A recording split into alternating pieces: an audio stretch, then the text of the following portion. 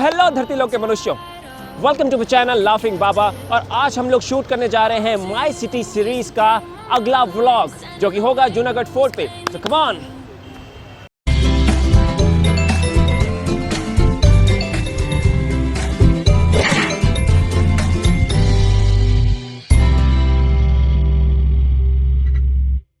तो हम लोग अंदर आ गए हैं और हम लोगों ने अब मास्क लगा लिया, क्योंकि mask is very important and mandatory.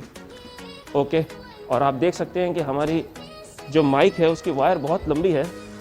तो देख सकते हैं हमारे माइक की वायर इतनी लंबी है जिससे हम रस्सी कुदाई का कंपटीशन रख सकते हैं, और जो विनर जीतेगा, जो सब्सक्राइबर जीतेगा, उसको जूनागढ़ फोर्ट अपने ही पैसों पे दिखाया जाएगा। आइए आइए आइए, ये देख सकते हैं, ये जूनागढ़ की एंट्रेंस और उसका पिरोल, जहाँ पर आप बहुत ही सुंदर झरोखे और नक्काशी आप यहाँ पे देख सकते हैं। आप देख सकते हैं कि हमारी ऐतिहासिक जो इमारत है वो कैसी हुआ करती थी।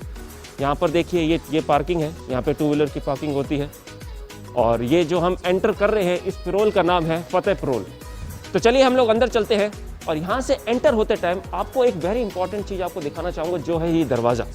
ये देख सकते हैं दरवाज़ा कितना मजबूत दरवाज़ा है, और उस पर उस समय में यहाँ पे इस दरवाजे पे कीलें लगाई जाती थी। क्यों लगाई जाती थी? क्योंकि जब भी अगर कोई उनका दुश्मन उन पर आक्रमण करता है तो हाथी उस दरवाजे को तोड़ ना पाए, इस वजह से इस दरवाजे पे ये कीलें लगाई जाती थी। आइए अंदर और चलते हैं और आपको दिखाते हैं। ये देखिए कि कितने खूबसूरत तरीके से यहाँ पर इतने बड़े हाथी लगाए गए हैं, एक ये दो हाथी। और इस देखिए इस पूरी बिल्डिंग की, इस पूरे फोर्ट की खूबसूरती देखिए यहाँ से। तो दोस्तों, जूनागढ़ की एंट्री पे जो आप ये मंदिर देख रहे हैं, लेफ्ट साइड में जो ये गणेश जी का मंदिर है, और जो राइट साइड में करणी माता का मंदिर है, ये इसकी स्थापना गंगा सिंह जी के द्वारा की गई थी। और गंगा सिंह जी ने ये स्थापना इनकी क्यों की थी? क्योंकि जब भी वो युद्ध पे जाते थे तो युद्ध पर जाने से पहले भगवान का आशीर्वाद वो ले सके, तो हमेशा युद्ध पर जाने से पहले वो यहाँ पर और यहाँ पर गणेश जी के मंदिर में और करणी माता के मंदिर में अपना माथा टेकते थे, उनका आशीर्वाद देते थे, और फाइनली युद्ध के लिए रवाना होते थे।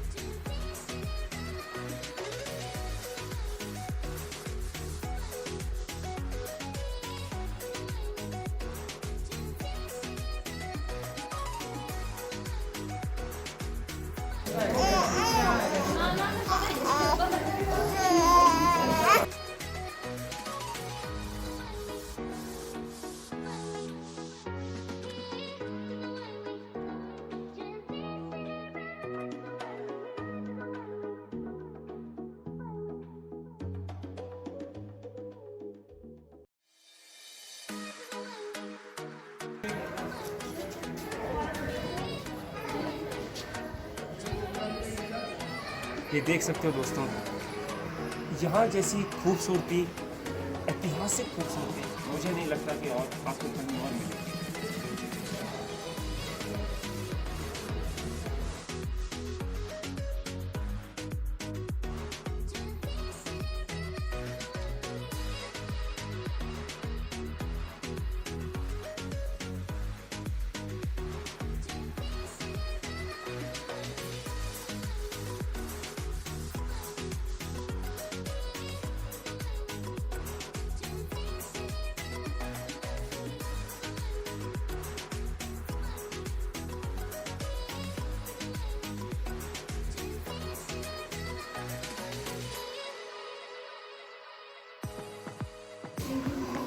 यहाँ पे हम एक कवर फोटो लेंगे।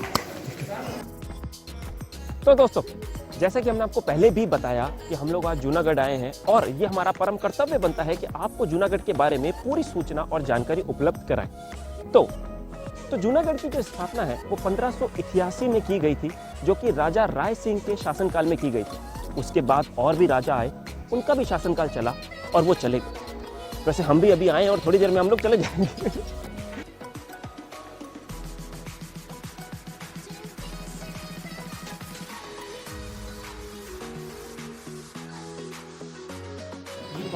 ये बहुत ही कीमती चीज़ें हैं उस समय की। ये तबला रखा हुआ है, ये ढाल रखी हुई, ये उस समय की राजाओं की तलवारें रखी हुई, और ये फिर एक तबला ढाल, और उसके बाद भी आप देख सकते हैं वो जो सामने आप देख रहे हैं वो जो यहाँ के राजा हैं उनको गिफ्टेड सामान जो है, जो कि मुगलों के द्वारा दिया गया है, मुगलों के द्वारा जो गिफ्टेड सामान है यहाँ के राजा को, वो यहाँ पर रखा गया है। ये भी देख सकते हैं आप।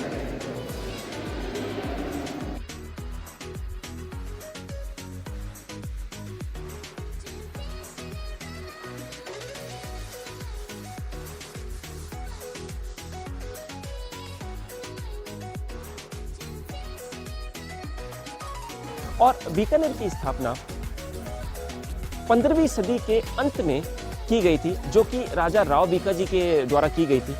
और आपको ये बताना चाहूँगा कि इसका नाम बीकानेर कैसे पड़ा। तो इसके पीछे भी एक महत्वपूर्ण कहानी है। वो कहानी क्या है मैं आपको आज बताना चाहूँगा। तो जेम्स टॉड है, जो कि एक इतिहासकार है, उन्होंने अपनी book annuls and antiquities of Rajasthan में उन्होंने लिखा है कि उस समय राव बीका ने अपनी राजधानी के लिए जिस क्षेत्र को चुना था, वो क्षेत्र था वो नेरा जाति का था। तो उन्होंने अपने एक शर्त रखी राव बीका से। उन्होंने कहा कि अगर मैं आपको क्षेत्र देता हूँ तो उसके पीछे मेरी ये शर्त है कि मेरा नाम अमर हो जाए। तो उसी शर्त को आधार बनाते हुए इस बीकानेर का नाम राव बीका और जो नेरा जाति है उस नेर को मिलाकर बीकानेर रखा गया।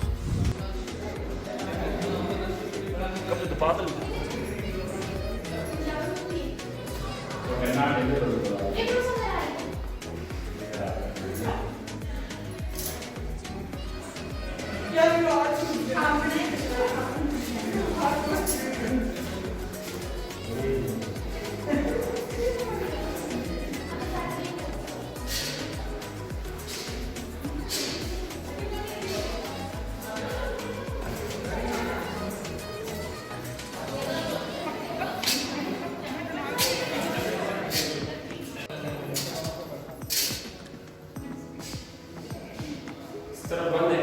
यहाँ पर ये सारे अलग अलग महल बने हुए हैं। जो जिसका निवास था उसका महल बने हुए, ये चंद्र महल बना हुआ है, ये फूल महल बना हुआ है, वहाँ गए थे वो बादल महल बना हुआ है। आइए देखते हैं ऊपर और क्या क्या दिखाते हैं। कब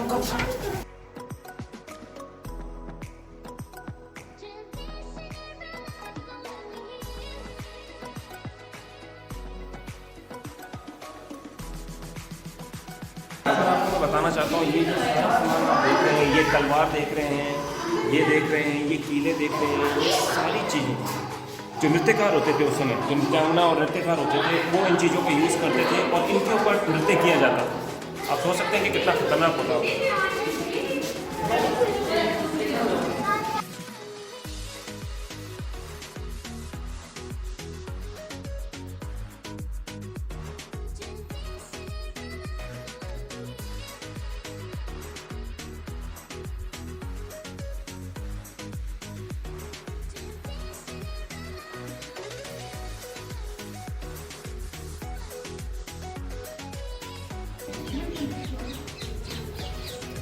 ये महल का बैक साइड है, जो कि आपको पूरा यहाँ पर इतना बड़ा कोर्ट।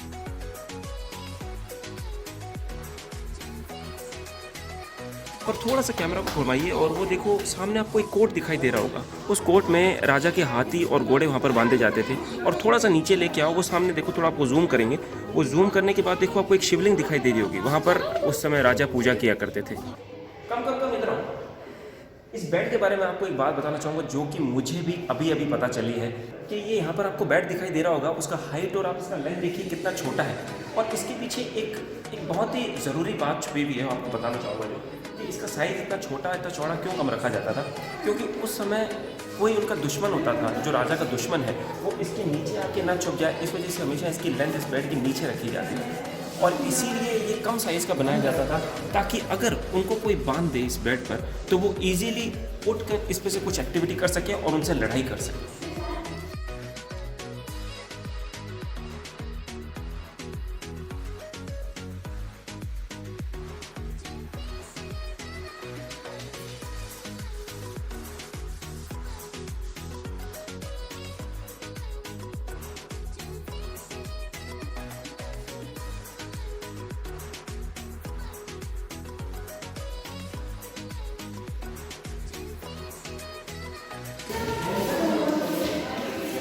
सारा हथियार पड़ा हुआ है, एक एक करके ले चलते।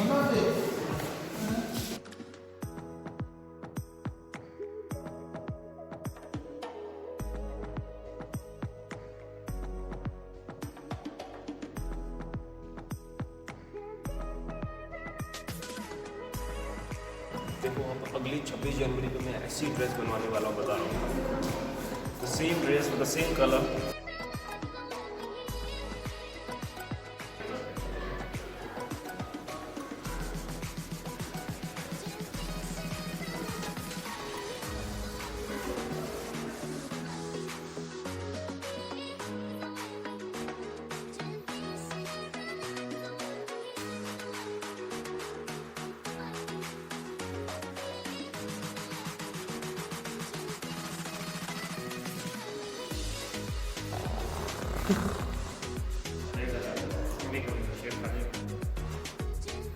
तो मूड ही खुला, ये तो पक्का खाएगा।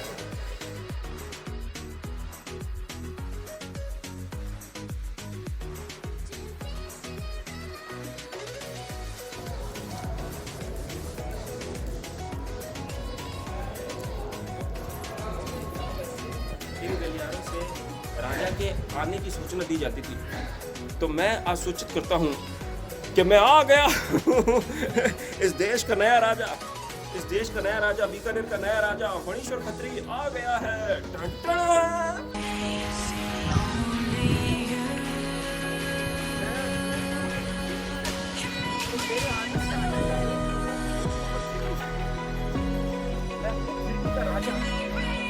मेरा राजा, तो दोस्तों आज पूरे प्रेम व्यवहार के साथ जूनागढ़ की सैर को यहीं खत्म करते हैं, और तब तक आप लाइक कमेंट शेयर करते रहिए और हंसते रहिए, मुस्कुराते रहिए लाफिंग बाबा के साथ।